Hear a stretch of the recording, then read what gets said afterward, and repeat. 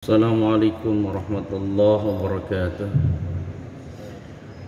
Alhamdulillahi rabbil alamin wa bihi nasta'inu ala umuri dunya waddin. Wassalatu wassalamu ala asrafil anbiya wal mursalin wa ala alihi wa sahbihi ajma'in. Amma ba'd, puji dan syukur sama-sama kita panjatkan kehadiran Allah Subhanahu wa taala yang pada siang kali ini Allah memberikan kita kesehatan, kekuatan, kemampuan dan tentunya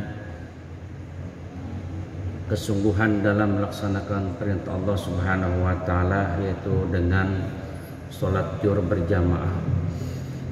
Dan insyaallah saya meyakini hamba-hamba Allah yang hadir pada siang kali ini adalah hamba-hamba Allah yang lembut hatinya dan mudah-mudahan menjadi penghuni surganya Allah Subhanahu wa taala. Amin ya rabbal alamin. Sedang salat zuhur yang rahmat Allah Subhanahu wa taala, melanjutkan daripada kitab Nasahibul Ibad. Ada seorang yang bernama Junun al-Mishri. Beliau mengatakan, wa qalbuhu basiru wa amaluhu lillahi katsiru. Orang yang meripat kepada Allah Ta'ala adalah tawanan, hatinya terpaut kepada Allah Subhanahu wa Ta'ala. Amal baiknya bertambah, sedangkan amal jeleknya berkurang. Beliau juga mengatakan, wa qalbuhu dzikrun wa amaluhu zakiyun. Orang-orang yang meripat kepada Allah, artinya orang yang mengenal Allah, dia setia menepati janji, hatinya cerdas dan amalnya menjadi amalan yang suci di hadapan Allah Subhanahu wa taala. Jadi orang yang makrifat itu adalah orang yang benar-benar mengenal dirinya, dia berasal dari mana, sedang berada di mana, dan akan kembali kemana, dan akan membawa apa. Ini nanti konsekuensinya dia akan mengenal Allah Subhanahu wa ta'ala. Makanya orang-orang yang makrifat itu, yang mengenal Allah, adalah orang-orang yang takut kepada Allah Subhanahu wa ta'ala. Wa minan nasi wad dawabi wal an'ami mukhtalifu alwanu kadzalika innama yashallahu min ibadihil ulama. Jadi sesungguhnya hamba-hamba Allah itu, di antara hamba-hamba Allah itu hanya ulama, yang takut kepada Allah Subhanahu wa taala. Innama yashallahu min ibadihil ulama. Jadi kalau orang yang tidak takut kepada Allah, walaupun dia ahli ibadah, itu bukan dikatakan ulama. Jadi orang-orang yang mengenal Allah Subhanahu wa taala dengan ilmunya.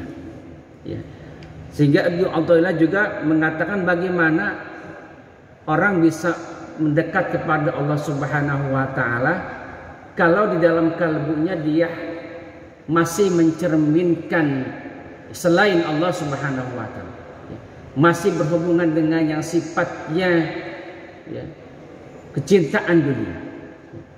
Kaifa yashrutu qalbu surul aqwani muntabi'ata fi mir'atih. Betapa hati manusia akan menyinarkan cahaya bila cermin hatinya itu masih memantulkan bermacam-macam gambaran tentang kemakhlukan, tentang selain Allah. Am kaifa yarhalu ilallahi wa huwa muqabbalun bisyahwatih. Betapa seorang hamba mampu menjumpai Allah, padahal dia terbelenggu dengan syahwat. Bagaimana kita bisa menuju Allah padahal dia masih mengumbar syahwatnya, masih mengikuti syahwatnya. Am kaifa yatmahu ayyadkhula hadratullah. Bagaimana orang itu berkeinginan kerasnya untuk masuk ke hadirat Allah Subhanahu wa taala padahal ia belum bersih dari janabat kelalaiannya. Dia masih lalai terhadap perintah-perintah Allah, ya, masih lalai terhadap apa yang telah Allah perintahkan. Ya. Am kaifa yarju an yabhaba daqaiqal asrari wa huwa lam yatub min hawafati. Ya. Bagaimana mungkin seorang hamba mampu memahami berbagai rahasia yang halus, ya. Berbagai rahasia-rahasia yang halus itu artinya sesuatu yang tidak bisa dilihat oleh panca indera, tetapi hanya qalbunya yang melihat, ya. Padahal ia belum juga bertobat, ya, kepada Allah Subhanahu wa taala. Ya.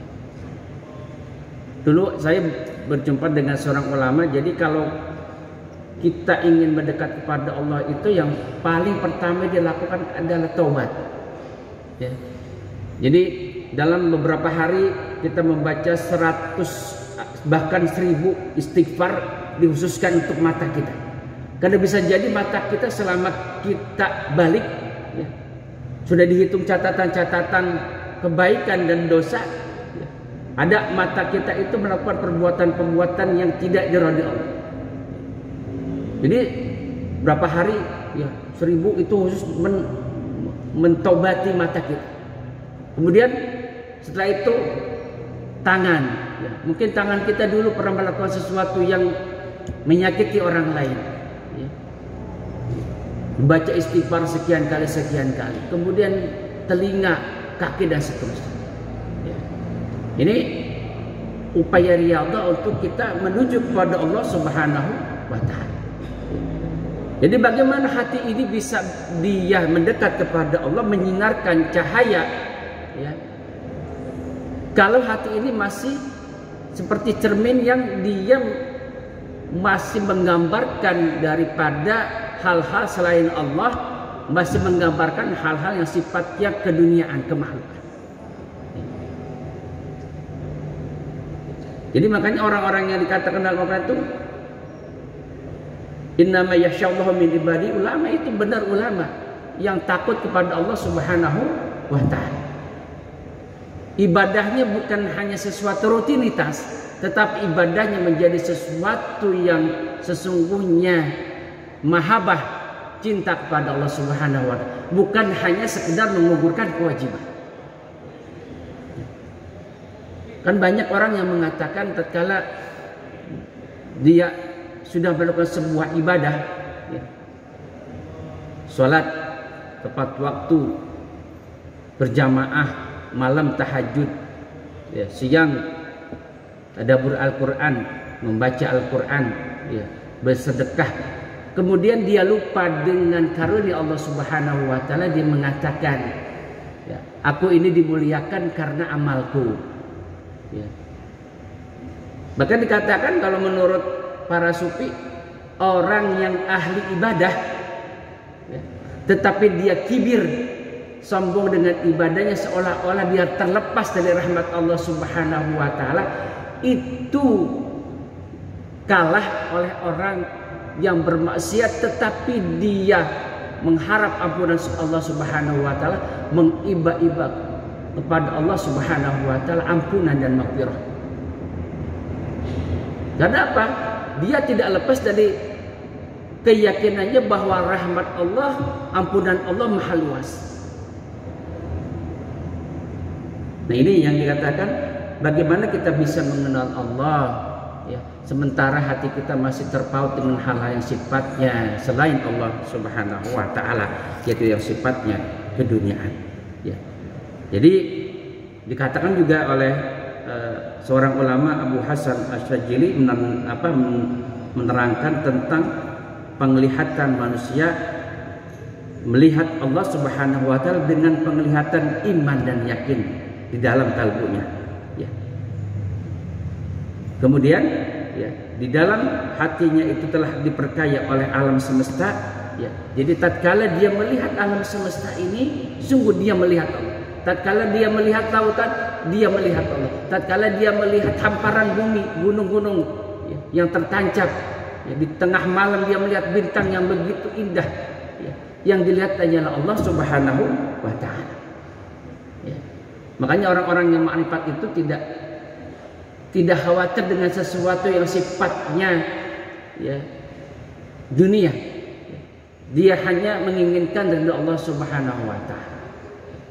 Tetapi untuk mencapai itu emang tahapannya luar biasa. Adalah mulai dia taubat, kemudian disebut dengan muraqabah. Apa itu muraqabah?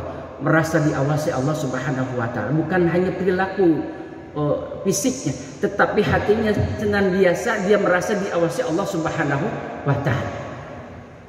Makanya kalau orang sudah paling tidak muraqabah ini sudah bisa dipahami, diamalkan, tidak ada lagi orang yang korupsi, tidak ada lagi orang yang berbohong, tidak ada lagi orang yang mengambil hak negara, tidak ada lagi orang yang mengambil hak orang lain. Karena apa? Hatinya diintip oleh Allah Subhanahu wa taala. Nah, setelah tahapan itu ya nanti Allah turunkan sebuah anugerah lagi yang disebut musyahadah. Ya. Penyaksian alam semesta ini yang bisa dilihat oleh dirinya. Ya. Ya. Jadi dibukakan hijab itu oleh Allah Subhanahu wa taala. Artinya kalau di sini ada dinding, dia bisa melihat di balik dinding itu. Ya. Ini ada penyaksian ya. Tetapi sebelum dia harus melakukan sebuah riyadah, mujahadah, ya, latihan daripada hatinya. Ya. Makanya pertemuan yang lalu itu Ibnu Athaillah mengatakan kalau kita tidak bisa fokus ibadah kepada Allah Subhanahu wa taala, di lingkungan kita adalah orang-orang yang bermaksiat, maka ujilahlah. Ya. Kalau kita tidak bisa mempengaruhi lingkungan, lebih baik kita hijrah, pindah. Kecuali kita bisa mempengaruhi lingkungan itu dan lingkungan itu menjadi tertata lebih baik, ya, agamanya menjadi lebih baik, akhlaknya lebih baik, ya tidak hijrah. Atau kita sedang belajar mengaji, ya. Di lingkungan itu ada seorang guru yang bisa kita ikuti, ya, dengan berbagai ya, ilmu agama yang tentunya bersanad kepada para ulama, ya, dan sampai kepada baginda Rasulullah SAW.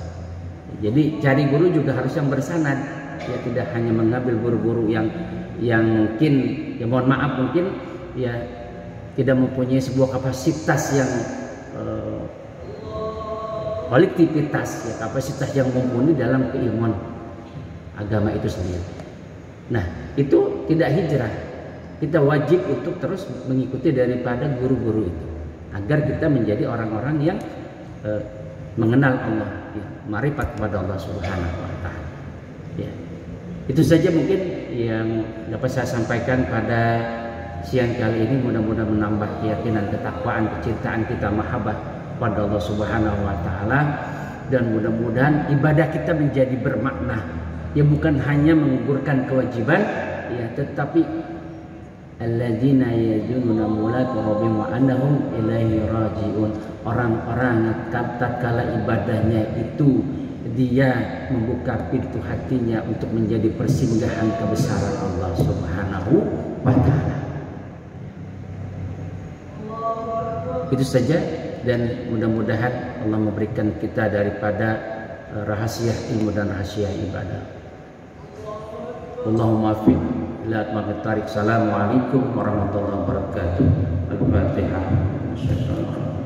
Bismillahirrahmanirrahim. Alhamdulillahirabbil alamin. Ar-Rahmanir Rahim. Maliki yaumiddin.